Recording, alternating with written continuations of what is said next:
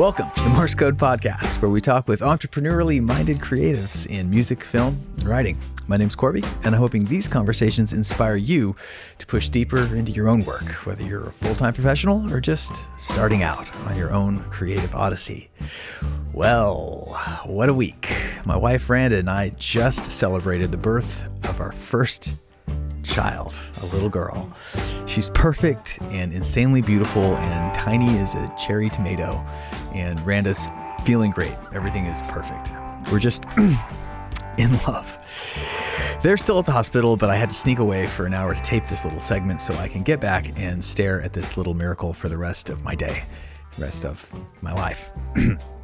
I've been thinking about music and art and what lies behind this lifelong obsession I have with creativity and expression, and how having a child just intensifies all that. Like, if we were watching a movie, this would be the second act where the stakes raise and there's no turning back. I've always had this basic need to make the world, beautiful and fresh if I can. Before I was making this stuff for me or for you, but now I'm just picturing her. I'm imagining how she's going to look in a year, in 5 years, who she's going to be. And I find myself in a completely different frame of mind. I just wanted childhood to be as magical as possible. I want her to think of the world as a place where music is a part of everyday life, and reading is something you get to do because it introduces you to new friends and places and sets your imagination free. A little of that is how I grew up, and it continues to be basic to my my own mode of being. Like, I wrote a song for her a few weeks ago, and last week, before the contractor showed up here in the studio, I recorded a simple version, just me singing and playing banjo in the clawhammer style. It's called Daddy Got a Train, and you're actually listening to it right now. I put the choo-choo part in there because I think that'll be the easiest thing for her to sing along to, when she's ready. Chicka-chicka-choo. Can't you just hear that? Anyway, I put the song up on my Substack, Patreon, and Bandcamp, and you can check it out there. Maybe I'm going to make more kids songs. I'm kind of in a zone here. Okay, my next guest is an actor, producer, and podcaster, and she's also become a dear friend ever since she played the role of Leah in our TV pilot, Morse Code. That's the original thing that inspired this podcast here. What she brought to that role is one of the reasons why my biggest professional dream in life continues to be making a season of television for Morse Code, just, so we can see where her character goes. I mean, she's got a big heartbreak coming. Quinn has also appeared in some big-time projects like Ozark, Chicago Fire, Brockmire, and I Want You Back. Most recently, she launched the Rewind podcast with Katie Garrett and Annie Moore. That's Rewind, RE-WINED. It's out on Apple Podcasts, and the premise is three friends who revisit the movies of their youths and discuss how they hold up. Also, there's wine. Check it out. For our podcast, Quinn and I discuss how she got into acting and what those early experiences were like, all the way through to her breakthrough casting role. We talk about negotiating the emphasis on youth and the superficialities of the business while maintaining your freaking self-respect. One of my favorite sections, Quinn talks about how she pivoted in the wake of the pandemic to working behind the camera, and how much there is to gain for an actor when you do the other jobs, like PAing, for instance. It's a good one for you guys. As a new podcaster myself, I wanted to get Quinn's perspective on how hers is going, what inspired it, and what she's learned, and where it's all headed. I'm a fan of the show. It's funny as hell, and it's well produced, which is another credit to Quinn. Okay, this is a pretty long intro. Let's jump into my conversation with Quinnlan Ashe. Quinnlan Ashe. Hi. It's great to see you. Thank you so much for making time for me. I'm really excited to talk to you. And what gave me this idea was mostly because of this new project that you're starting with some friends, and we're going to get into that. But you're also an accomplished actor and somebody who's just been involved in the film scene for, I want to say, like, you don't seem old enough, but like 10 years. Is that fair to say? 11 years. Yeah. So I started in theater, and then when I was 18, I kind of made the transition to film and TV. Mm-hmm. 29 now. So I started acting pretty quickly out of theater, whether that was like in indie shorts or non-union this, non-union that. I was signed up for all the sites and did whatever I could, background work, whatever, to understand it better, like what I was getting into because of the switch from theater. So I started then, and 29 now, so 11 years. What was the first like big? I took a look at your IMDb, and there's credits going back there. 2011, I want to say. Yeah. And I think that I know what your first sort of big break was, but I'd rather hear you talk about it. But was that? Maybe what I want to ask is, did you make a conscious choice, like, I want to be an actress, I want to be in film and TV, or were they just kind of opportunities trickle? For film and TV specifically, or even with theater? Let's start with theater then. So I went to a really competitive math and science magnet school. Here in Nashville. MLK. Mm-hmm. It's a 7th through 12th grade. You get in... You have to have the grades, and then even at that point, it's lottery. So I had the grades, and then I did get in through the lottery. So I started in 7th grade at a very big high school. Looking back, I don't know that it's the best idea to put 7th graders in like a huge building of high schoolers. Yeah. Like, I don't know that I would replicate that. Like 12th grade. Through 12th grade. Mm-hmm. Yeah. I don't know that I would replicate that if I had a kid. I don't know how I would feel about that. At the time, I thought it was super cool, you know, but it was very competitive. And I think at that time, obviously, I knew what movies were. I'd been to movies. I knew someone was doing that as a profession, but it's like it didn't even occur to me that I could do that as a profession. Yeah. You just so on the engineering track at that school, or law, or doctor, and I didn't know. Well, in my sophomore year, I transferred to a boarding school in Sewanee, Tennessee called St. Andrews that my mom went to. And the idea excited me. I needed a change of scenery in general. 10th grade, okay. 10th grade. Mm-hmm. Keep track. Yeah, so I transferred there, and I boarded because it was 2 hours away. And I also felt like it was an opportunity, like almost like a pre-college. It wouldn't consider itself this, but I kind of did. I was ready to branch out from home. Like, that sounded exciting to me to board. You're like 15, 16? Yeah, I would have been 15, 16, yeah. And I went there, and as a boarder, you were required to have an elective. I think they did that so that you didn't stay in your dorm rooms and just kind of like hunker down and be a loner. Makes sense. And like it was like you would go to these extracurriculars every like Monday and Wednesday, if you will. And I had two options, and one was this hiking group where you would go on these like preserved areas, and there was a teacher that would go with you and talk to you about like the land. And at that time in my life, I was like, ew, not doing that. Yeah. And the other option, I was like, not outdoorsy girl. The other option was this improv class. And I knew what improv was, and I was like, sounds easy. You show up, play some no game. Homework. I was like, done, you know? So I did the improv class just because I didn't want to do hiking. Mm-hmm. And within like the first like 45-minute elective class that I had, I was like, what is this?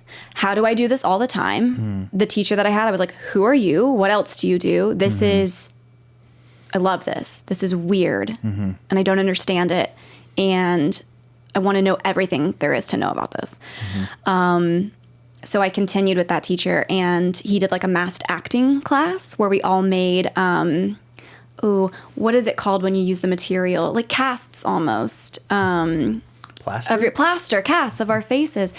And we did masked acting, which was also so cool because you only had the one expression, but it taught us to use our bodies and and like, gosh, in a room of teenagers who are so self-conscious, to be able to put that mask on and no one can see the faces that you're making while you do these weird body exercises was so liberating. Yeah. Because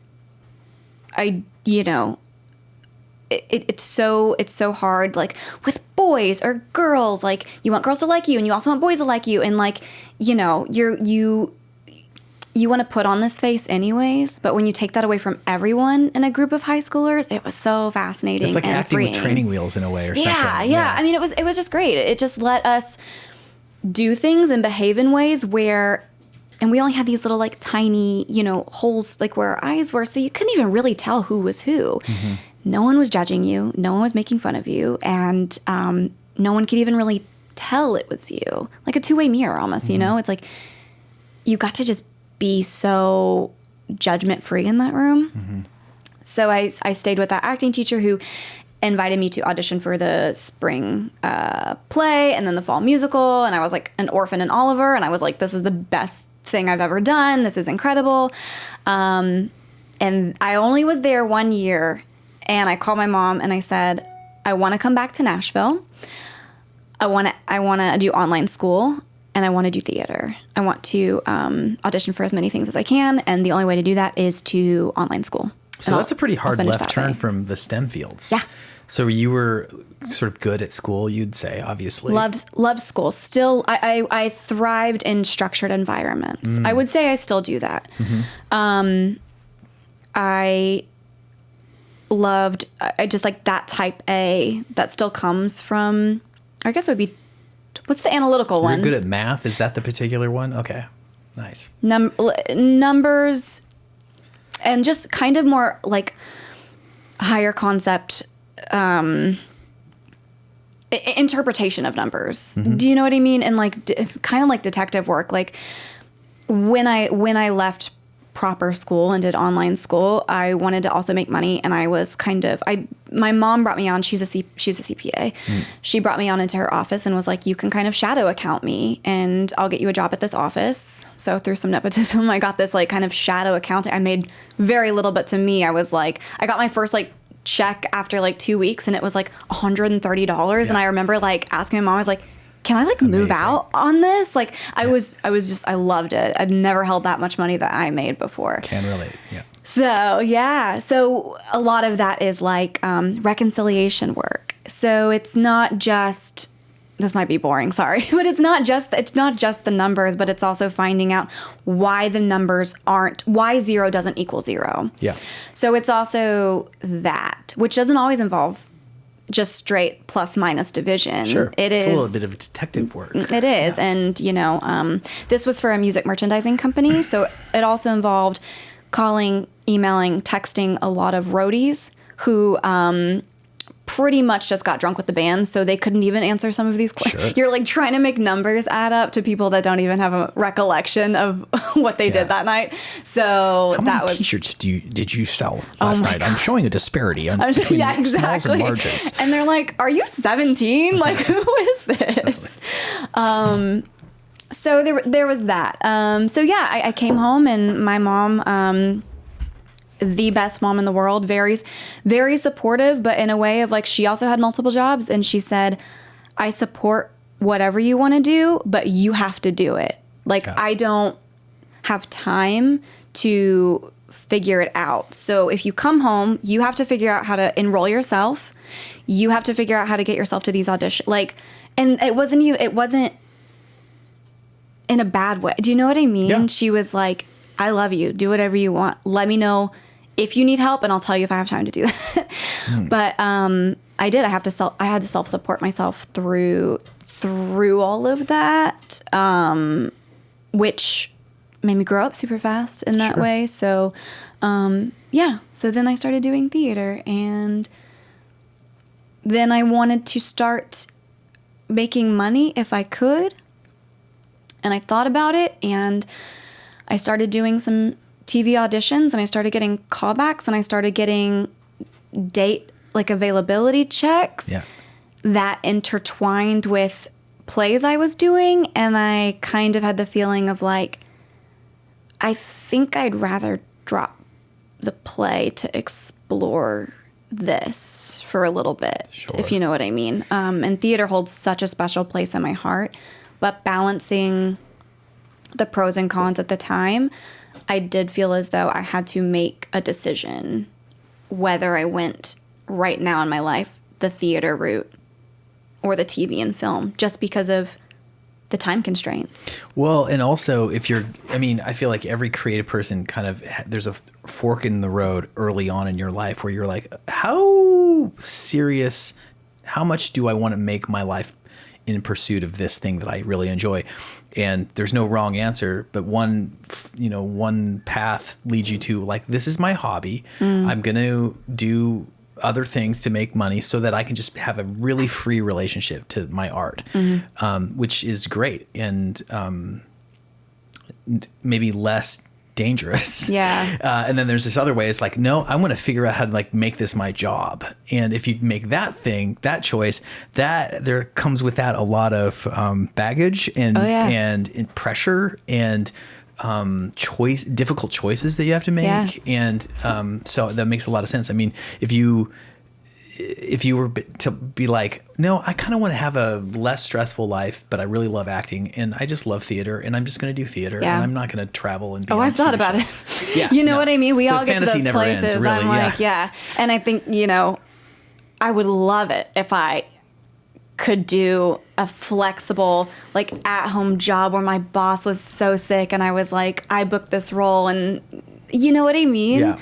That is so rare. That's out there. There's definitely people we know who have those bosses and have that side hustle.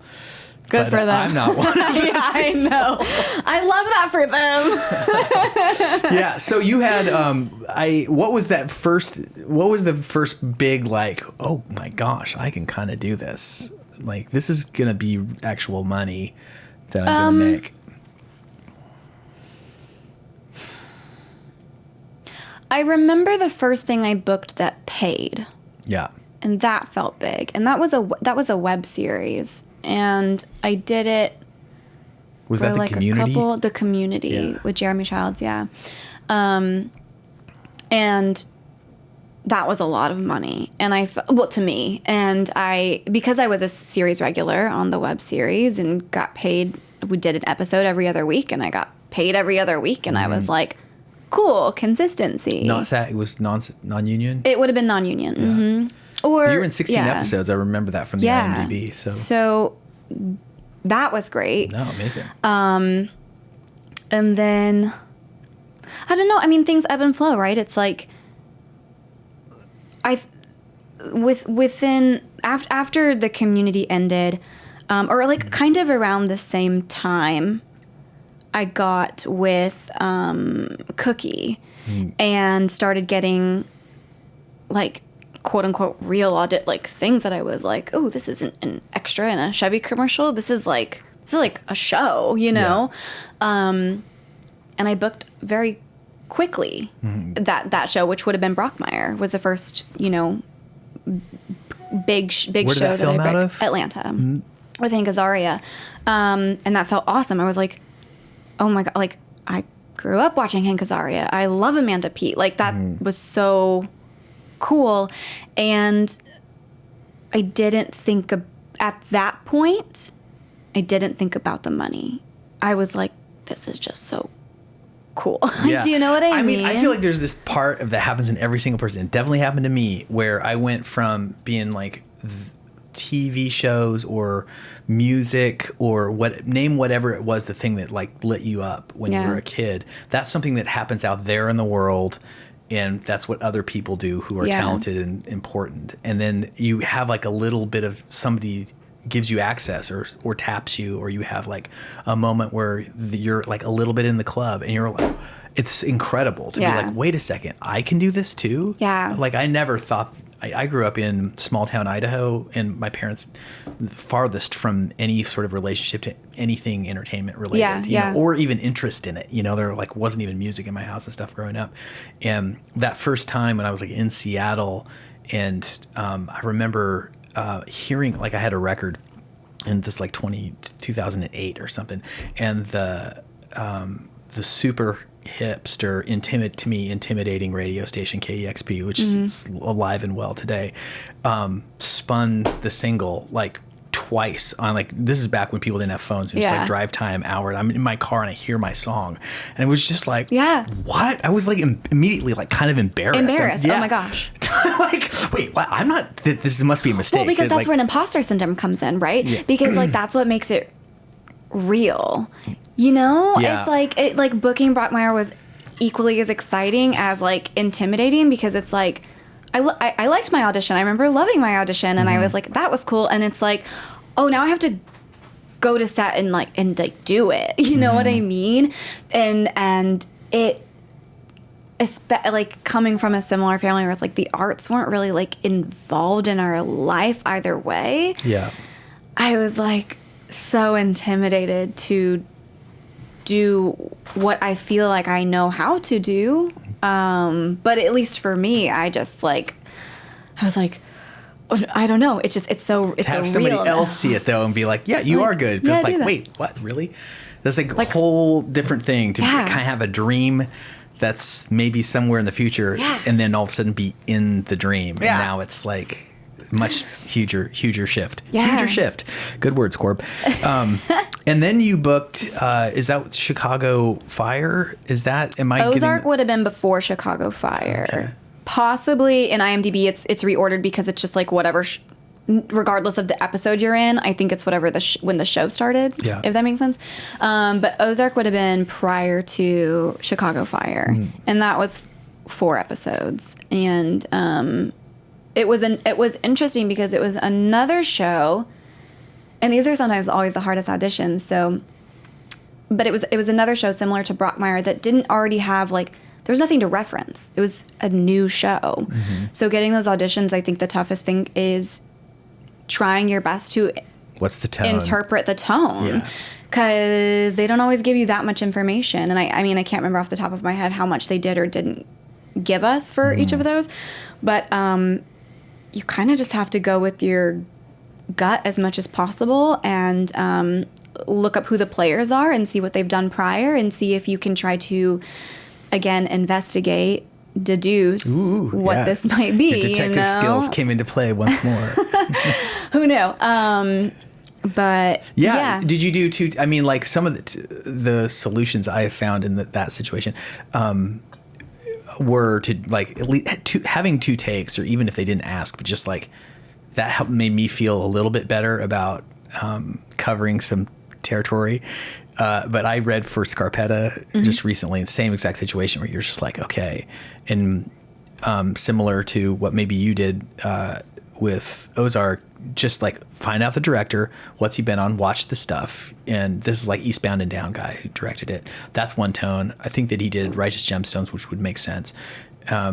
Much at a different tone, similar, but still kind of different. But this was like much more grounded. And then it's like, okay, Scarpetta is based on a very long running like detective series. And it was kind of dark and gritty. And so it's like, which way? And I'm like, it's going to be dark and gritty, you know, but you also, there's that piece of it.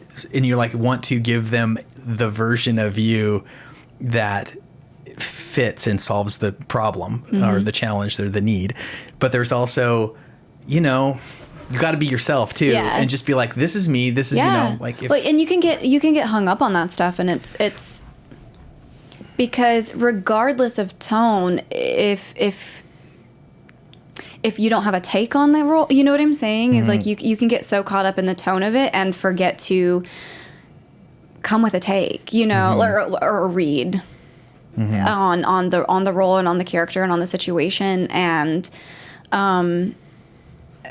it is hard with those auditions too. That I know that with this new SAG agreement, we have the 48 hours, but that's still such a short amount of time to make time for the taping, have an opinion on the piece itself, you know, just as an actor. So we're like churning this stuff out on top of that. But people might not be familiar with that. But like the 48-hour agreement would be like, if you get an audition, this is a SAG project, you have at minimum 48 hours. That is what the new contract says, that casting directors or production companies have to allow for at least 48 hours from asking you to read to when the self-tape would be due.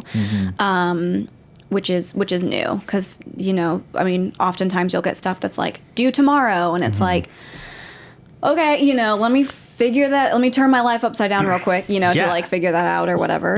I'll say this, that that's an aspect of the game that is basic, which the constant disruption that auditions are. And as somebody, what am I trying to say here? I played music for a really long time, 20 years. I still play music, but I'm not touring like I did before. And the thing that I had the hardest time with when I was touring a lot was the fact that you had to plan your life out months in advance. And you were always like thinking, what's happening tomorrow? Like, especially if you're on the road. Okay, like I got to be this place. What's load in tomorrow to like, I need to promote that show next week. And sometimes like 4 shows. And then like, what am I doing 6 months from now? That's 2 or like, and then what's coming up a year from now? And you're having to think like at multiple levels all the time. And I really didn't like that. Yeah. And I struggled with it for 20 years. It was the part of the game for me, the piece that was most missing in my like personality. And when the opportunity came to play in this new area, I really, one of the things I've liked most about it was that it didn't require a lot of planning. More on the tip of your toes. But the trade-off is that it's totally disruptive. So like I'm gonna have these projects I'm working on all the time that are sort of the priority, and then you never know. You get an email and all of a sudden it's 24 hours later or 48 hours later, and you've got to find the time and do the research and do that. So you can't have it, you just can't have your cake and eat it too. Well, and it's I think there are a lot of people who think that acting is a solo sport. And it's just not. It's doable depending on the material to self-tape an audition by yourself, but it's not preferable. And ideally, someone is actually in the room with you. And ideally, that's an actor that can act against you. There's all of these ideals here with it. We cannot do this alone. And, and I mean, and scenes as well. Once you get there, it's like, if we're not treating this like a group sport here, it's gonna fall apart on screen as well. And I think, for me at least, when I see films or shows, I feel like I can identify. I'm like, this person was playing on their own that day. You know what I mean? I feel like that shows. And the auditioning is just the same too. It's like we need the community of people so much because we also just get it. These short notice type things. And yes, I suggest marrying an actor. That's very helpful. Yeah. Ren and I take it for granted that we can be each other's readers. But that is, I think about other folks who, if you've got a corner in your home office that you can like, is a blank wall that might work. Okay, you're halfway there, but still it's pretty hard to find a reader sometimes, especially if it's somebody like if you're a single person or even if you are partnered up and they just like, aren't on board with your... Yeah, or like they're like, I'll give you 3 and then, you know what I mean? Yeah. I mean, I feel like the audition part of the thing and the collaboration in the audition is critical. Because you're being judged on this tape that you turn in, and it's got to be competitive. Oh, yeah. And you can't be competitive if you can't turn in something that you're proud of if there's at least I can't. If there's any kind of antagonism in the room or I feel judged, I'm already plenty enough judge for myself. Thank you. Yeah. So if there's somebody who's like, I'll give you 3, I've got 10 minutes.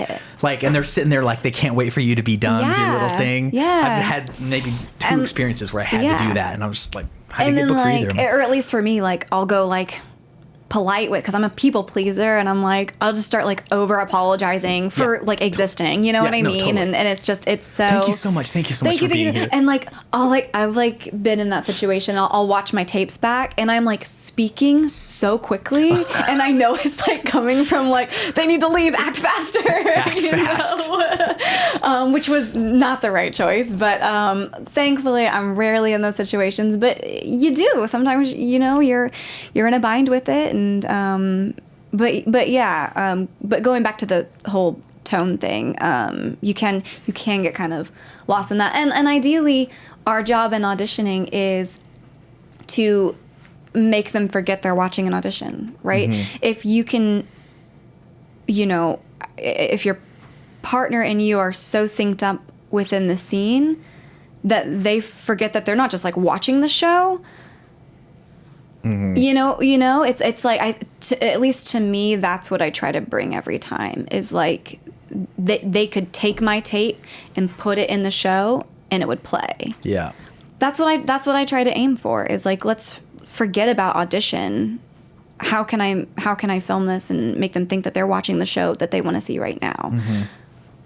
Something I like to think about. Yeah, I think that's a great thing to think about. Also, if it's a comedic bit that you're applying for, I'm always am like, the game right here is to make these really bored people who are going to watch 100 tapes laugh. Yeah. Like actually laugh, even just like a chuckle. Like not just comedic. 100% with drama too. If you can just say something in a way that, just even a line, just your cadence, if it's just like a little bit different, there are plenty of dramatic roles that I've read for where like I'm watching it back or Nate will review it for me and like he'll like laugh just because it's like, that's sad, you know what I mean? Or it's so relatable when you're watching like, a dramatic scene of some sort and you kind of just like scoff because you're like, damn, that's a deep cut. It's like these kind of things. I think you can incorporate that. But if you can make someone laugh that's watching 1,000 people read the same scene as you, you've done something right. For sure. And it's also, I think that people, how to say this, don't understand that when you're, maybe that's like early actors that are starting out, and I'm arguably starting out myself. But maybe I've turned some corner there where I was like, at first I was like, every single audition that came in, I was like, I got to book this. I've got it. Like, this is okay. I'm going to do it. I got to win. I've got to. And now it's much more like, let me turn in something that makes me like that I'm proud of. Yeah. And beyond that, because you cannot control the zillion things that are going on the other side of the camera, that or not the other side of the audition, that have to do with who's the lead, what do they look like, what do the producers look like, what are the if you're in a commercial, what are the clients that have hired the producers, what are they looking for? Yeah. Do they, if there's a zillion things to it. I just did a SAG commercial 2 days ago with this actor. I could probably say Keegan Michael Keyes, and it's a mix. I was tapped as dad. I got a call back for it. I remember I turned in the audition, and they didn't need a reader, so Randa wasn't there. So, and I kind of even like those a lot because it's just like a little riff. You can just play. Yeah, you can just play, and nobody's sitting there and judging me. I can really kind of turn it loose. It's like having the mask in the early acting class, and I remember telling Rand, I was like, I think I'm going to book this. I'm going to call back for sure. I was like, 'cause I had that little moment where I was like, it made me laugh when I watched it back. And I did get a call back. And then in the call back, it was like, they got asked for like a third variation. And I gave him, another different choice. Another thing that I learned too is like, if you're in a callback and the director asks for another choice. Was this on Zoom? It was on Zoom. Yeah. So that's intimidating too. It's a whole other deal because it's not just the director on the other side of the Zoom. You see 9 windows come up and there's no face in any of them. Yeah, some of them are on, and you're just like, hey, you're just like the chillest guy, kind of nervous, just like glad to be here. Oh yeah, oh hey, you guys, what? I've been waiting for 45 minutes because the freaking callback went that long. Like all these things are just like, and then oh hey, what's up? Yeah. But if you get a direction, if you get a note, make the change. Yeah. Definitely like.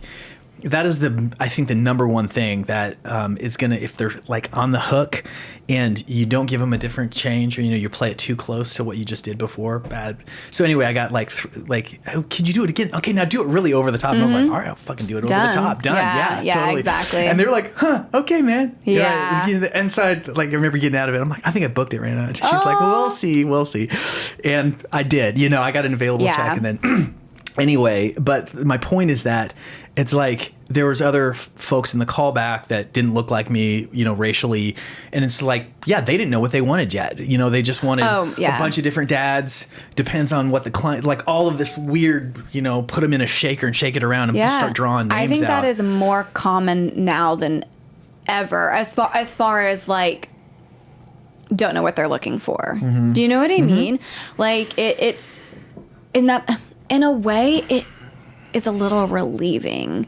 I think I'm much more hard on myself if I feel that I've lost out on a role to someone that fit my demographic perfectly because my toxic deduction of that as like I wasn't good enough. Do you know what I'm saying? Totally. The performance just wasn't there. It didn't hit because if she did something I didn't, she looks or like whatever. me, she talks like me. The only variable left. We had the same material. The only thing left is it didn't hit, you know, how it should have hit. So it's a little bit like, I feel I can like sink in and relax a little bit more with this whole like, every time I get an audition that's like any ethnicity, I just can like, I don't know. It feels a little bit like, okay, they don't know what they, you know, they don't know who they want to cast. They don't know what they're looking for. Because oftentimes I'll get auditions that are like open ethnicity, like late teens to early 30s. And it's like, you don't even know how old you want this, you know, role to be. So I'm less hard. Like wide open.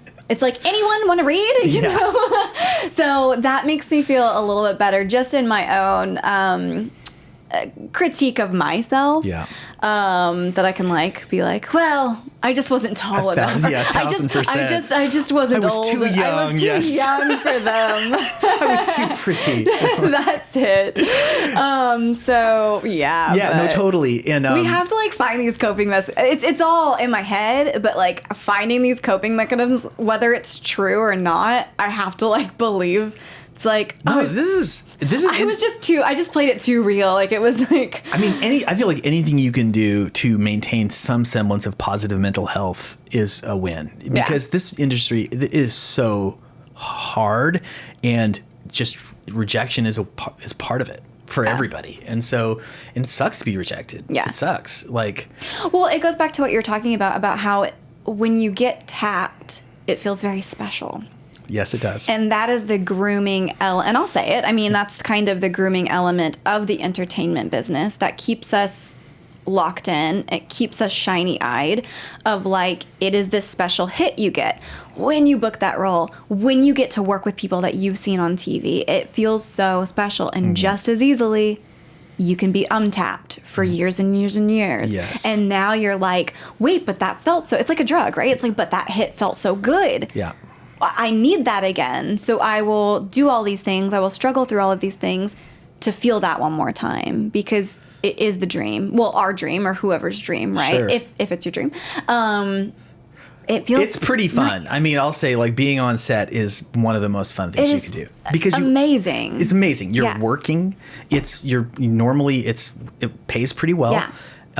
And you've been picked, and then like all of the shitty part of the gig happens before in the audition, and that's what's kind of like, well, that's what they say. Like, they say like the work of an actor is auditioning. The vacation is set. That resonates. Yeah, it is. It's just you did what you had to do to get there. They want you there, and then they're all on your side. No one's judging you once you're on set. Everyone is just like, thanks for being here. Thanks for being here. Yeah, like their job is to make you turn in the best possible performance. There's a lot of ways that they can make it work. Yeah. And like, if you're pleasant, everyone's, well, not always, but oftentimes glad to be there. Great. And what's not to like? And then all of a sudden the day's over, the project's over, the movie's over. Yeah. You go back home to your real life, which, guess what, isn't as glamorous or interesting or as easy in a way. There's not people just waiting on you hand and foot. There's a crafty truck at my house. Like I have to make my own coffee. Like, it's ridiculous. It's a ridiculous life. This? I can't live like this. Yeah.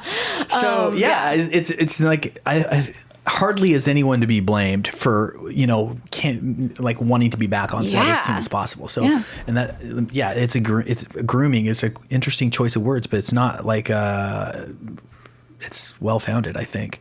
So anyway, like, it's hard to say. Maybe it might be too morbid. It might be too heavy of a word, no, I think it's great, especially like from the female perspective. I'm always endeavoring to learn and be open to and be educated toward the way the world looks from a girl's or a female's perspective, because you're just used to whatever you see in the world, and so you're blind to a whole bunch of things. Yeah, I've noticed this. Being married has been very helpful in this education. Sure. And just being, and I think dudes, I'm not even the biggest like feminist guy in the world, but I think that all men owe it to themselves and all the women in their lives to be a little more aware of what the world looks like for the females of the planet, because it is different. Well, and it is hard, and I don't want to be reductive to what males go through. And I know oftentimes the sexualization of men is not as talked about, and I do believe it's there in media, in magazines. They do Photoshop and Facetune just the same. You know what I mean? It's still different. Oh, yeah. I mean, but it is hard being a woman in this industry, down to little things like being, and I think we see this like in films recently. Like if you saw The Substance, it's like they cover aging in an industry, and that's hard. And down to kind of things like I have gray hair. I was born with most of it, but it has gotten, worse. I don't know the right. It has gotten more prevalent, and I'm 29 years old, but it started graying super early, and I was born with a big chunk of it, and I still play 17, 18. I'm an 18 pluser, and I'm still playing these teen roles, and it's not professionally dyed right now, but I'm due for my next round of that because it's like not allowed. Like even if it is like a birthmark, it's, and it makes me feel weird because already as a woman outside of the industry, it is hard to change with your body and just in society in general. And I think a lot of women start to feel bad about themselves way earlier than we should be. And then putting the industry on top of that almost doesn't allow the process of aging. And I have to overcome these feelings of like being very protective of, no, I love my gray hair. And that is true. And I will cover it, but I want it to be known. I'm doing that because my team asked me to. You know what I'm saying? It's these things like this, and being protective of myself in that way, because you have to kind of hold your own hand and say, no, it's okay that you're getting smile lines. It's okay that you're getting lines around your eyes or lines on your forehead. That is okay. That is expected. There is nothing wrong with you. While simultaneously getting these auditions where it's like, okay, nothing's wrong with that, but go ahead and just cover all that up. You know what I'm saying? It's like just as quickly it is reminding yourself that just because you are having to hide these things, I have to tell myself all the time, but you love them. And it doesn't have to do with your personal opinion on yourself. I sound like a crazy person talking in like the third tense here, but I do a lot of talking to myself with this kind of thing. So that makes a lot of sense. I mean, I think about what's going on there. The industry is, it's a youth obsessed industry. It's a youth obsessed culture. I think part of the reason why it's a youth obsessed culture is because the industry, the big people have been watching TV and movies for like going on 4 generations now. It's part of our thing. And like, there is something about when the lights are on and the camera's rolling, you're like, you want to look the best possible version of yourself. And for a lot of people, for everybody, basically, the best possible version of yourself is some variation of the youngest possible version of yourself. And if you're not, you're a character actor. Yeah, you know what I mean? Which is to me like why the best. I'm the best. The best. Like what's Martingale? Margot Martindale. Martindale. Yeah. I mean, like what a gig. Yeah. Or Timothy Roth Nelson. Tim Blake Nelson. Tim Blake Nelson. Yeah. Yes. Well, I mean, like to me, that's if I could put like my dream gig on paper, it would be his career and opportunities. That's great.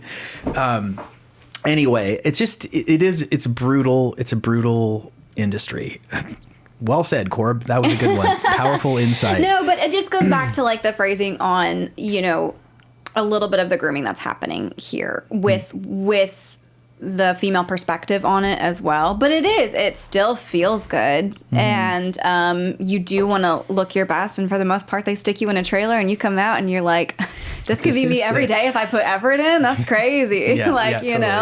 I was going to say that it does seem like what you were just referencing, The Substance, there are more and more projects coming out that kind of have some element of, non-traditional perspectives, like having a story about a woman isn't she in the entertainment industry? She is the long-running star of a popular jazzercise type show that people watch. And she's starting to age out of it, quote unquote. Yeah. Mm-hmm. Yeah, and that's sort of like, that's not a new tale, but it's like, it's a really valid fucking story, that a lot of people face. And so it's, there are opportunities. I don't know what I'm even trying to say. I noticed that, like, I'm a vain motherfucker in my way, and it's just like, it's hard to be in front of the picture, in front of cameras and lights, but that's also like what we've chosen. Yeah. And there's with what you said, like, to be chosen, to be tapped is a wonderful feeling. And for every opportunity that opens up, there's 1,000 raised hands who are all variations on, capable to fill that role. Yeah. And so it is like, and equally as beautiful, if not more. If not more so, and 5 years younger or 10 years younger or whatever. And it's like the painful part of the deal. It's, and that, I feel like that's just like a human, it's as ancient as human beings. I mean, I'm sure in Elizabethan times, divas aged and finally were pushed out by the next generation, and who, like, the young ingenue hates the old maven. Yeah. There's built-in enmity there. Yeah. There always has been. That's just like, human nature. One of my favorite films is All About Eve. It's a Bette Davis film. It's incredible, but it's about a theater actress that is aging out and gets this assistant that she's like kind of weird, but she's young, and she says she comes from nothing, but all the while this assistant had been watching everything that she was doing, and it's kind of this like switch bait with it. And Eve is the young assistant, but it is that story of pushing out, this kind of, there's just so much like ageism, is that the right word? Sure. For this type of thing, and it's unfortunate because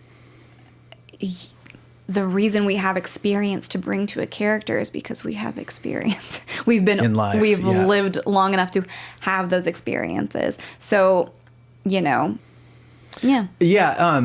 That's I feel like that's part of the reason why when an actress comes along that's got sort of an experience that belies her biological age, there's some crazy opportunity there. And I'm thinking of embarrassing, I forget, Mockingbird actress, superstar Jennifer, that actress Jennifer Lawrence. Mockingbird. The Hunger Games. The Hunger Games. Oh, sorry. I was like, I don't think I know a movie, The Mockingbird. Yes. I just remember when she was in. Oh my God! Think of some names here, Lanker. It's like I can't even remember a damn thing. Joy, Silver Linings Playbook, American Hustle. Playbook. Okay, who is it? Okay, Bradley Cooper. Bradley Cooper. So she's in the movie with Bradley Cooper. Silver Linings Playbook. I remember I loved that movie, and I also read the book, and the book was intimidatingly good. What order did you see the movie first? I actually saw the movie first. Yeah. And the book, as happens a lot of times, like if I'm traveling or something, and like people will leave paperback books in hotel lobbies and stuff. And I'm the guy that always, I see a randomly left paperback book, I'll always go and check it out. And they were just in the bathroom. You actually just steal a lot of books. There's a couple of unhappy people that have never finished that damn book. They come back like, what the fuck? How did it end? I read Silver Linings Playbook. Anyway, I thought it was great. But the movie was actually really good too. And Robert Duvall, right? Yes. Yeah. And I did a little bit of the behind the scenes reading on it, like the production side of it. And at that time, Bradley Cooper was, I think, like 35 and Jennifer Lawrence was 22. And when they did like the camera test, they were like, is this going to be like pervy? Is it going to be weird?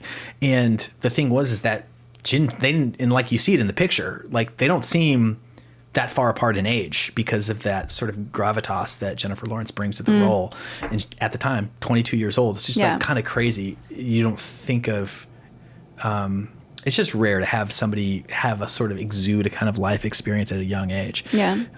Anyway. Yeah. Good job, kid. That's my takeaway. Which is, I mean, I think, I don't know how far this podcast goes or who sees this. I'm not necessarily a Bradley Cooper stan. And I just think she just outshines everyone. Yeah. Like, and Cool. Let's like spill some dirt on Bradley Cooper. Why don't you like him? I just like as an actor. Oh my gosh, am I gonna get in trouble? Nobody cancel me. So. I'm sorry, Cookie. He's too big. He doesn't care what I say. But he should because because you know what's up, obviously. I find him to be. I kind of think this is one of the worst things as an actor that you can bring, and I find him to be what I call choosy. I feel like when I watch him, I am watching an actor whose wheels are turning on what he can say, how he can say it, what he can do with his body or props around him that he thinks will be perceived as interesting. Does that make sense? Sure. And I don't like see those wheels turning. That's really distracting. I don't like that. And I find that very distracting with him. And I don't know if it comes from a place of pretension or you know. Yeah, but did you see American Sniper? No, just kidding. Didn't catch that one. But I did catch it's awesome. Actually. Maestro. Is that what that's what it's called? The Lenny. Yeah, the newer one. Yeah. And if it were not, in my opinion, if it were not for Carey Mulligan, I just think it was garbage movie. And I mean, people talk about like the conducting scene or whatever, and I'm kind of like, yeah, but at the end of the day, it's a gimmick, right? I don't think Boyhood was that good, but it was a cool gimmick. Yeah. Do you know what I'm saying? Totally. I walked out of Boyhood. You cannot lean on, but he conducted the orchestra. Yeah, I don't care. Yeah. Because I'm not here to watch Bradley Cooper have studied with conductors for 2 years prior to this to conduct an orchestra. I'm here to watch Bradley Cooper act, and I don't think he was doing that. I think he might have conducted the shit out of that orchestra, but I didn't come. That's not what I came here to see. Yeah, it's in that category of like this actor lost 35 pounds to make this role. The worst kind of annoying. This actor's like seeing behind the scenes of. Now we're just bagging on people. No, I love it. Is it? Are you thinking of the prison just laughing movie? At me. No, Keanu Reeves in all of those movies that where 100 guys take headshots and guns, and it's just like showing the back John Wick movies. Keanu Reeves like on the course, like drawing guns and stuff. Yeah. I'm like, I don't care about any of this. Yeah. It's just like I love. This is funny because this is Cody Duncan, a mutual friend of ours. We lived together for the whole pandemic, and there was nothing to do but oh my gosh, I don't think I knew that. Hi, Cody. And he's like an artur of film, which was great because I'm an ignoramus of film. I go to movies as John Q. Public. I am just like, I'm not sophisticated. Cody and I talk frequently about movies. I bet you do. Yeah, we do. This would be interesting because I have a lot to learn, I'm sure. And I've gotten better at it. But I still resist the urge to overly dissect films. But that said, having like being involved in this and knowing smarter people than me who operate cameras, it's been helpful to like in the viewing experience because I can watch anything now, and even the worst kind of film, if I'm somehow not able to turn it off, like in public or I can't leave, there's always something to enjoy. Yes, there's always like, okay, cool, that was colored well. You know, at the very end, or the sound is great, or whatever. There's so many technical sides. I don't think I've ever walked out of a movie that wasn't because I was like, or I didn't feel great or something. Because I see a lot of movies. Like I see pretty much everything that comes out, but. I don't think I've ever like just by choice because I wasn't enjoying one aspect of a movie, like walked out of one. Even if I didn't like the movie at all, I pretty much stayed because, like you said, it's like, but he's kind of funny. That guy, I like when that guy's in the scene or whatever, you know? Yeah, that said, I did walk out of Boyhood, but that was before I had any connection to the world of films. Well, but I was just kind of annoyed. I was so annoyed about the gimmick. I watched Boyhood at home, so I had the luxury of like pausing, being angry for a second, taking a break, coming back. 10 years later, you know, or whatever. Yeah. So I'm like, maybe this decade will be better. It wasn't. It was like a cool idea, but just like, I don't care. It's just like, just give me a cool, like just to finish my sentence, it was just like, I just like stories. I love great stories. And consequently, I tend to notice that I really enjoyed stories from maybe 10 or 20 years ago, kind of when film, before digital really like made everything easy to make. Yeah. when it was expensive and hard. And when things are expensive and hard, there's a lot of deliberation and intention in a story, in telling a story. And I find that it results most of the time in the best possible product, which is like, make it easy for people who are just like working so hard, and now they somehow, you lucked out, they punched, they bought your ticket to your film to spend 2 hours with you. Like, take them on a journey and don't make it about fucking you. Like, I can't, like, this is the thing. Cody loves our tour directors, and I cannot stand like Tartikoff and these guys that, like, I've tried to be, and I'm just like, I don't know. That's fair. I'm a lug. It's just because it's just like, I am doing a lot of other things, and I want to just tell me a story. Like, think of me. No, I've totally been to films where I've walked out and my only thought is, who does this director think they are? Yes. To have us sit for 3.5, 4 hours, depending on the frickin' movie. Like, oh my God, don't even get me started on Oppenheimer. But yes, I'm like, who do you think you are? Yeah. Like, God's gift to Earth? Yeah. Like, this is... Spare me. Like, I'm with you. I think those movies are on their way out in a way, and bad and good, I don't know, probably mostly good that they're gone. But because it is just like, I don't know. There's just like, I'm glad that we agree on that. I think the same thing about like actors in acting and being and like working with talented people and like method acting and stuff. It's just like, it's not about you. It's like, just hit your mark and say your line and bring to bear all that you are and all of your training, and don't make it my problem if I'm directing. Well, I mean, and that's the difference too. It's like keyword training, right? It's like, our skill is to turn it on and turn it off. And there are very few people who are method actors in the way that when someone says the word method acting, what elicits is they never leave character day or night until the project is over. Very few actors do that. Daniel Day-Lewis is an example of someone who does that. And while I think Daniel Day-Lewis provides incredible performances, I would mark his points down for the way in which he gets there. Because if you are trained, the idea is that you don't have to do that to get to those places. In my opinion. Yeah. Or and by trained, I don't even mean by someone else. It could be your own self-training. Like, I think there's plenty of, personal schooling you can do to learn acting, and whether that is like digesting films, watching your own tapes back again and again and again, studying it like a playbook. There's plenty you can do on your own. But that is part of the training, and to only be able to access the scene, your scene partners, and emotions by fully encompassing yourself 24/7 and inconveniencing everyone around you. I don't know. Yeah, I think that there's something about like, I really think that there was a time in society, in history, that was like started in the 60s, and I think it's ending now. Because people, there's just not that luxury anymore of this, like the complicated artist, and the method actor fits into this, like the lore of a larger than life personality. Yeah. And the world was willing to put up with that because the stakes were so huge. And like somebody who's just really difficult on set, like people hated Daniel Day-Lewis on The Last of Mohicans, maybe, or My Left Foot. I remember like he plays like a quadriplegic who's a painter, and he made people carry him around on set and because he wanted to know what it was like to be hated. I mean, did that like added that extra ripple of nuance to his performance? I don't know. Yeah. But like that was, people, I know that story 30 years later, and people, hate him in the moment, but then they talk about him, and being talked about is a good way to be, have notoriety, which is a good way to get booked on high profile projects. Yeah, but also think about this. Can you name a female method actor? No, I can't, because they don't do it. We're not allowed. We can't behave that way.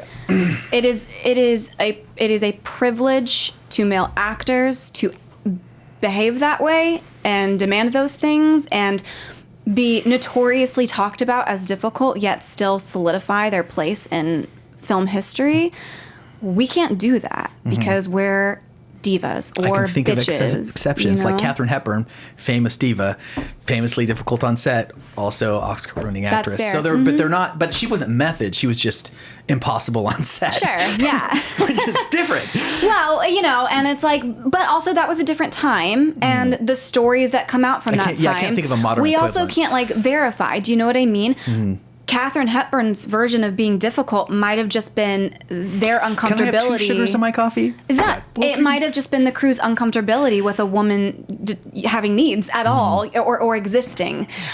She might have just not have fallen into being apologetic for existing. And that might have been labeled difficult. I would be hesitant to even say that she was, because I can imagine in that time anything a woman did that was not yes please thank you was diva. I could be wrong. She could have had total meltdowns and locked herself in her trailer, but also who knows why, and also guys get to, and I think we should too, or whatever. But so I do also think for the most part it's a privilege of a man, but I agree that I think that's dying out, and people don't tolerate that on either side anymore. Yeah, I hear myself, what I just said, a whole bunch of, and it was a lot of vitriol toward people that are maybe taking too much of the spotlight onto themselves. And now I just want to like say the other side of it just for a second for my own sake, which is there is this, even as I say all of those things, there's this other part of me that's just like, people are crazy, acting is crazy, acting is hard. And when you work in this collaborative industry, you work with people. And if you can't get your head around that, then you have no business in the film business. Yeah. And when you have people around, wow, is it complicated? And people are emotional, and people have opinions. And like a huge part of having success in this field is like knowing how to navigate those things, when to advocate for yourself, when not to, when to let it go. And it's, you get this wrong all the time. Yeah. And so I noticed that I think about times I've worked on projects, even like produced projects, where maybe this or that person was not my favorite person to work with, or I won't ever work with him or her again. But I'm also just like, you know what? I'm really glad for what they brought to the screen. And that's what matters in the end. And I'm kind of like, I will put up with a lot for great art. The ecosystem of a set, as much as we all like to believe that we're adults, is as delicate as high school. I mean, truly. And having worked on the other side of the camera and producing and ADing, like the thread that you balance there is so important. Especially working behind the camera, because it is kind of your job to make sure make sure that they're not doing their makeup at the same time as this person, because like it's gonna be a thing, or she's gonna say something. Like, you have to balance that so well. And just like you're saying, like, people do come with opinions and passion. And I think, to me, I think there are very clear lines of what is, kind of difficult auteur work from a kind of, eccentric person or an eccentric actor, and what is just unacceptable. And I think a lot of people would think the same thing as you, of like what you will put up with. I don't think anyone would disagree that it's like, it is this really complex ecosystem of people. And I hope we're not getting so soft as to not put up with someone that's just like grumpy old dude, you know what I mean? Or whatever, for the sake of the art, knowing and appreciating that it does bring something to the project. But again, I do think those lines, and I know that I think everyone is like, that's acceptable, this is unacceptable. We'll put up with that, but this is, hard line cross there. I think that it behooves every actor to work on the other side of the camera. Oh my gosh, yeah.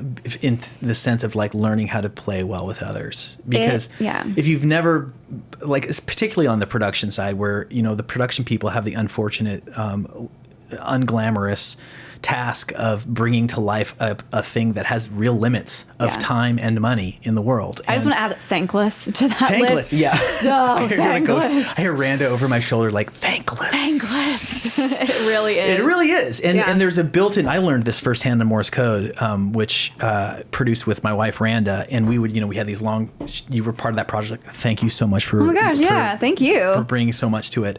But we would, have these long shoot hours and then come home at 2 a.m. and have like a call time at 6 and then just fight or cry and I didn't. I made a project with Nate. Yeah, so you get it. I get it. Yeah. Like in that sense, I was I was the lead on the project and the writer and working with the directors, Travis, our friend Travis Nicholson, and we were all on the creative side and Branda was the producer. And also it was like the 3 times producer. She was also, the line producer, the UPM. So many yeah. And that was my first, I was on the front lines being like, oh, there's this built-in conflict of interest on every film project between the creatives and the producers. Oh, yes. And the creatives are going to take every ounce of time you give them and money plus a little bit more.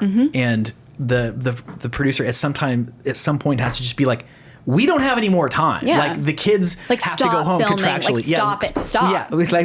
In no uncertain terms, stop filming. Stop filming. You are done. I don't know what to tell you. And then everyone's mad. And it's like, that's a reality of I think film sets of film projects of any size. Yeah. And I think that a successful project and one that runs smoothly from beginning to end is comprised of people that have an awareness and built-in empathy for people on the other side. Yeah. Creatives need to be empathetic towards the challenge that producers face, and producers have to be a little bit indulgent toward the idiocy that is creative work, because it's crazy making. I will say, out of the hundreds and thousands of dollars that I've spent on workshops or classes, I found myself on the other side of the camera during COVID, because acting was how I paid my bills, and acting alone. And I was very fortunate in that.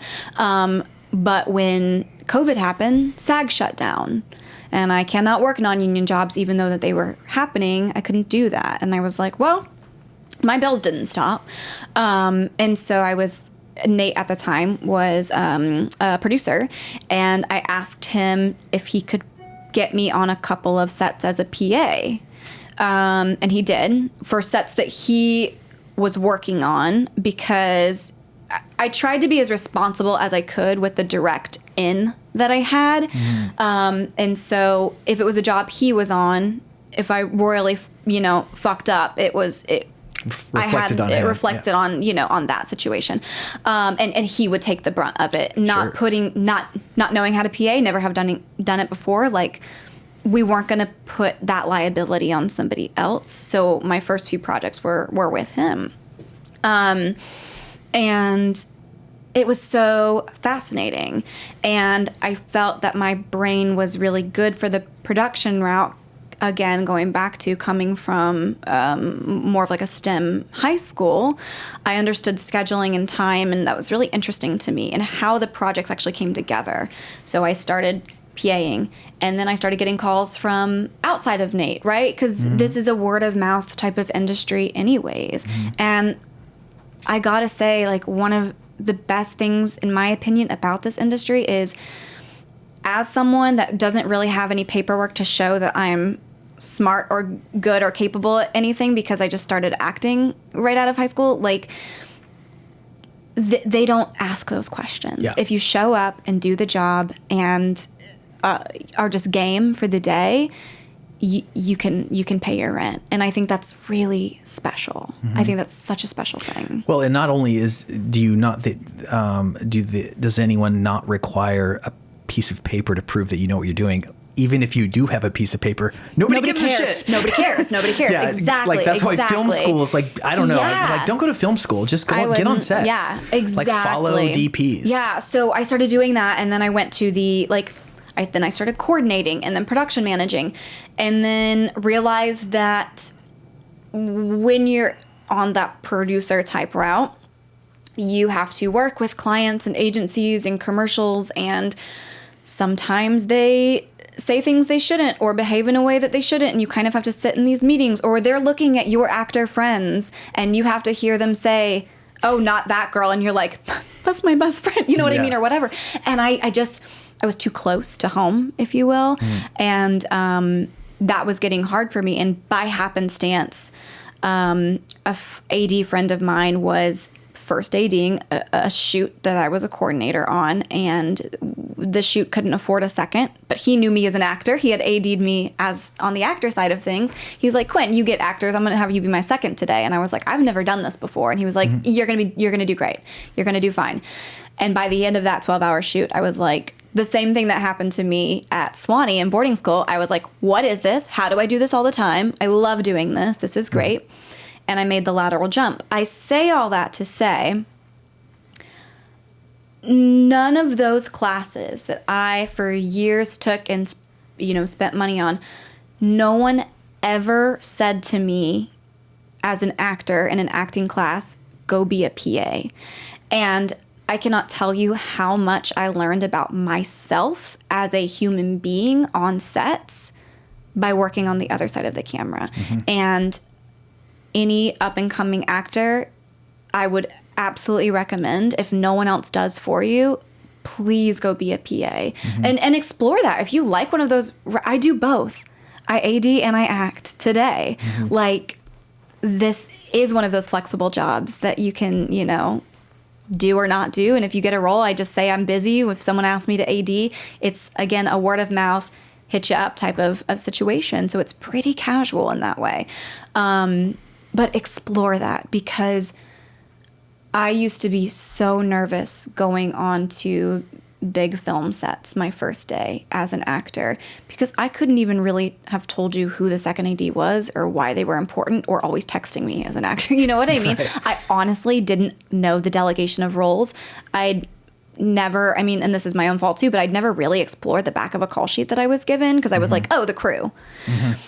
You know what I mean? I was like, helpers. The crew, like, and on big sets too, like, cast and crew eat separately. Like, they don't really mesh. And I didn't know politically why that was, because again, I felt new and fresh and in territory that I was just happy to be in, and all this stuff. So working behind the camera, I've never been so confident in front of the camera, going on to new sets and new environments and with new crews, than I am today. And I feel that I can advocate for myself better as an actor, being able to say, okay, I know I had that person who would have that, and I can pretty much identify, I think that's the prop master, just by what they're doing in that location. Or I just feel more confident in approaching people and talking to them, because they're not so foreign and scary to me now. Yeah, and to like boil that piece of advice, that really great piece of advice down, it's acting is more than the words that you say on camera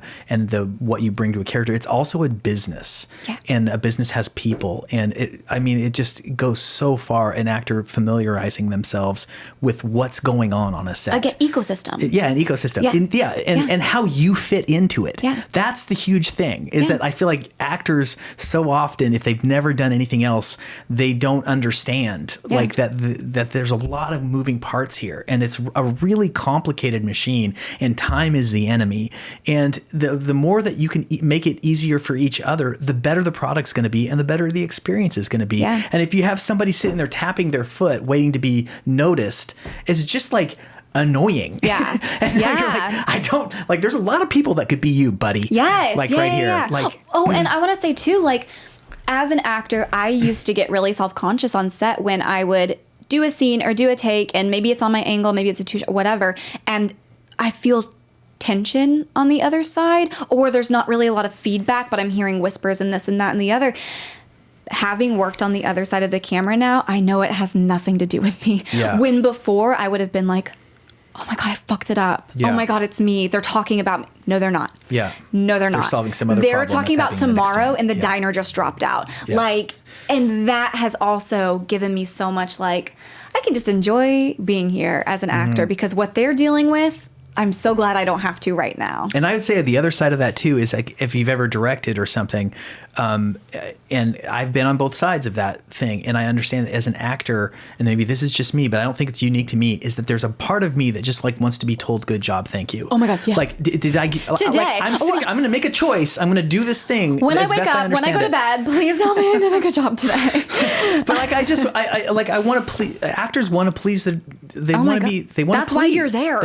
And so tell me, like, is that what you wanted? I'll do it a different way. Yeah. I've made a choice. And it's like, so just acknowledge the actors, and always, like, if you have a note, I'm like, thank you. That was great. Yeah. Let's try it like this. I love notes as an actor. Yeah. Please. But I also like being acknowledged. Yes. Like, and it just makes it so much easier to get what you want if you're just not like I think there's two, this is a hack theory. There's two kinds of directors. There's people that are really great at framing a scene. They like visually what they're doing, and the people in the frame are there to reflect light. There's surfaces on which to reflect the light for their vision. Well, isn't that what that's like famously Alfred Hitchcock is like? He says that their actors are just props for him. Yeah, exactly. Yeah. There's the Hitchcock guy, and then there's an actor's director. Yeah. And an actor's director, it's like, sees the people and goes like, hey, let's make this story together. And I'm not saying one's right or wrong, but actors are people on your project, and if you don't acknowledge them as such, you're not going to get great work. And if you don't care about that, they're going to be in their head, and it's your fault. Absolutely. Yeah, absolutely. Wow, we've gone a long time. Sorry, and I just want to talk about, this is great. We've had a lot to discuss. But I just do want to make a little room for the new project. Yeah. You're launching a podcast. Yes. Tell me its name. So my podcast is with my two best friends, Katie Garrett and Annie Moore. And they are producer friends of mine. Mm-hmm. And the podcast is called Rewind, spelt like wine. And because it's involved. Because wine is believe. heavily involved. It's the fourth host. Yeah. Honestly. And so basically we go over movies that are nostalgic to us. And we watch them together. We revisit them together. We drink a lot of wine, and we talk about, we kind of dissect that movie. And really our goal is not just to talk about, does it hold up, right? Because emotionally we're like, yeah, that's a great movie. I always love that movie. I love that movie today. It totally holds up. It's great. It's funny. It's loving, all of these things, right? But there is an aspect of being arrested by nostalgia there. So really our ultimate question is, could it be released as it stands today? Whether that's culturally, politically, could it stand on its own in 2024? Could it be released? Is it a per episode is one movie, and then you reach the conclusion at the end? Yeah. Yes or no? We kind of talk about. So far, we've all agreed at the end with one another, but I know we're going to get. Those days are numbered. I know we're going to get into movies that are just like we don't agree on that, on the, whether or not it would play today. But so we intro the movie. We talk about our first experiences when we watched that movie. Mm-hmm. We rewatch the movie together, drink a lot of wine, come at you with some hot takes here and there, and ultimately, try to decide if it could play in a Regal today. And have you launched Rewind yet? Yes, we have. We have our second episode just launched yesterday. Amazing! Actually. I feel like we talked on the phone just like 2 days ago. I know, and you're like, right? I think we're going to try this. 2 episodes, and next Wednesday we'll have our 3rd episode. How's it going on the production side? As the engineer, you're the engineer, you're the producer. Oh God. Well, actually, I would say that Katie is our sound engineer, because we actually record on her laptop. She plugs us in. She sets the sound limiter. She does all of that stuff. Checks out. Yep. She gives me essentially like I edit it on a hard drive, but I actually do the editing as far as trimming down subject matter, what stays in, what doesn't stay in, and it is getting faster. I should note, we don't know what we're doing, but we're figuring it out, and we all wanted to have a hobby that had no like monetary gain, because when you work in the arts, you can probably attest to this, it is very hard to have a passion for that art and not hope that there's monetary gain involved for it, because how sick would that be if we made money doing what we love? But as you put so well earlier, that can cause stressors. And we realized we don't really have any hobbies that are are involved with what's also our job and career and, sustaining ourselves and our lifestyles. So we thought we better get one. And we already love talking about movies together and drinking wine. So we just, I don't know. It's great. You could also make the argument that it made your social wine drinking more productive, because you're getting something out of it on the other side. Yeah. So I just want to point that out too. It is hard to edit three women who have drinking 2 bottles of wine by the end of it. That is the most difficult part, is like, what are we talking about? But you get to hear the escalation of all of that. So yeah. Well, I'm going to tune in. I can't wait. And you can find this on all the platforms. Amazon Music. Okay. Spotify. What's the other one? Apple Podcasts. Yep. And then, we use Podbean as like a host thing. Yeah, Can you listen on Podbean? You can. Okay, great. Podbean you can too, download then. like right there. But as long as it's easy to find on people, it should be, hopefully. Kudos to you for launching a new you. project that makes no productive sense. Yeah. You know what I mean? Like, I really mean that. Thank you. And I am going through my version of that, where this adventure takes a lot of time. It's taking a lot more time. And I so enjoy this, first of all, just like talking to you, talking to creative people. I'm inspired by it. I'm filled by it. I am energized by it. Like when the episodes are done, I'm not like, I'm always just like, I can't wait till this is so great. Yeah. But it does take a lot of work. And I've just realized that like, there's things in my life that I have done that have made no sense, like monetarily, and they're never going to translate into that. And it's precisely for that reason that they are life-giving to me. Yeah. And I realized in the last week that I need that activity again. And for me, that's the clawhammer banjo playing, which I really, really love. Yeah. Really love it. And I'm not good at it. I can do it. I've somehow put it on a couple of records, but I have no business. I feel like you're being super never humble stopped right now. me before. But I am. It's just so funny because like there's these there are moments in life. There's like such like shining clues of that. Just like it's not about an opportunity. There's no connection to. It's just like straight to the divine. And for me, for whatever weird ass reason, it's solo clawhammer banjo playing. It's like a master playing a very simple little ditty, but with so much finesse, it like makes me want to cry. Yeah. In fact, the first time I ever heard banjo of this kind was on an old Steve Martin comedy record, because he's a great banjo player. Maybe people know that. And I just remember like he's making jokes. This is like in the era when he had like an arrow through his head in the 70s. He was just ridiculous. Yeah. I don't even think the comedy holds up very much. I like revisited it. But in the middle of these like comedy stuff, I'm sorry I'm rambling about this all of a sudden. But he's like, oh, I've got this song. He makes jokes leading right up to it. And then he plays the most heartfelt tune on a banjo. And it's like, I remember that it like knocked me over. I was probably 20 years old. And anyway, I bought a banjo like 5 years ago, and I could kind of do it. I lived in Montana for a summer, and that's all I did. And then I got here, and I got busy again, and I'm with like this crazy race that where are we going? But I'm back into participating in it, and I sort of just felt like I'm gonna get back into that. And this week, I finally like started watching these videos, and like instantly, like the first tune that comes up, I'm just like, I just want to live there. I want to do that. And I'm never going to do it for other people. And so I like started practicing again, and it's like, it's such a waste of time. Yeah. And I love it. Do you watch Painting with John? I think is what it's called. It's on HBO. I think you would enjoy it. Okay. I'll check it out. Yeah. You should check it out. Yeah. Quinn, this has been really fun. Oh, thank you for having me. Thanks so much for making time in your schedule. I feel like I'm a bummer person, but... Oh my God, are you kidding me? No, this has been dazzling. Okay, great. Yeah, and also just fun to talk about acting with somebody who I respect so much and who's got a lot of experience doing it and is very much in the game. And also just like, you live in the real world, and that's so refreshing. It's like, I wish you much more success in the years to come. Thanks. And I also see you next week at a hang, most likely. Yeah. All right, till then. Till then. All right, cheers.